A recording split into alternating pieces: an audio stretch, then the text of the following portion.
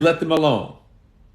This is, in effect, the essence of reprobation. It means that he's done with you. He's told his disciples, he told his servants,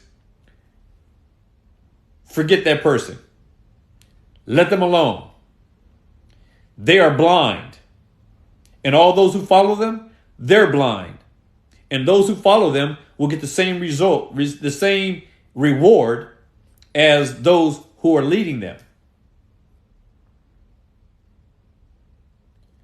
Let them alone is a precursor to depart from me, you workers of iniquity.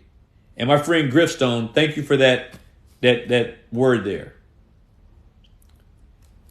Let them alone is a precursor to depart from me, you workers of iniquity. And he says, because I never knew you. How can Jesus, who knows all men and knows what's in all men, how can he say, depart from me, you workers of iniquity, because I never knew you? I never knew you. He's like, I don't know you. Now, some of you are going to have to reconcile how Jesus, the same person who says, depart from me to these people, I never knew you. You have to reconcile in your mind, how can he be the same person that said, God so loved the world that he gave his only begotten son? The same person that said that is the same Lord that said, I never knew you. Again, it's because in John 3:16, Jesus was never saying that he loves all men. He was saying that he loves all men without distinction, not all men without exception. And that's a big difference.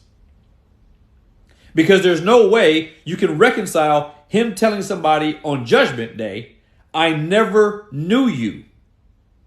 And keep in mind, he didn't say, you depart from me because you didn't know me. He says, depart from me because I don't know you. I don't know you. You don't belong to me. You weren't given to me. You weren't one of those plants that my heavenly Father planted. You are one of those who was uprooted. Go read Matthew 15, verse 13. Read it again. Christ says, depart from me, you workers of iniquity, because I never, listen, he says, I never knew you. Never. There was never a time where he knew you. You guys got to start telling people the truth. You got to tell people the truth. There are people that Jesus says, I never knew. He tells you what it's going to be like on Judgment Day.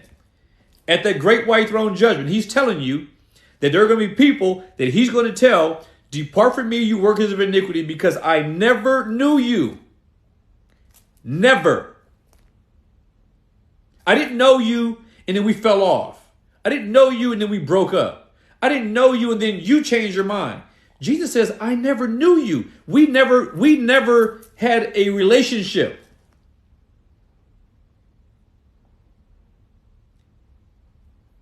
When Jesus was, when somebody brought up here, Adam knowing Eve.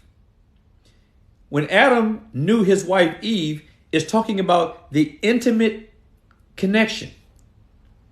When the Bible talks about God's foreknowledge, people always say foreknowledge of God means he saw beforehand what you're going to do. And that's why you came to Christ. That's why you were predestined, because he foreknew that you would do it. No, foreknow doesn't mean he looked in advance and saw what you were going to do. That's not what it means. That's not what it means. Because if he meant that, he would have said, whom he foresaw, them he predestined. He didn't say that. He said, whom he foreknew. What does foreknew mean? Foreknew, or the foreknowledge of God, is a variation on what Jesus said on the day of judgment when he says, I never knew you. Because if he had known them, for those whom he did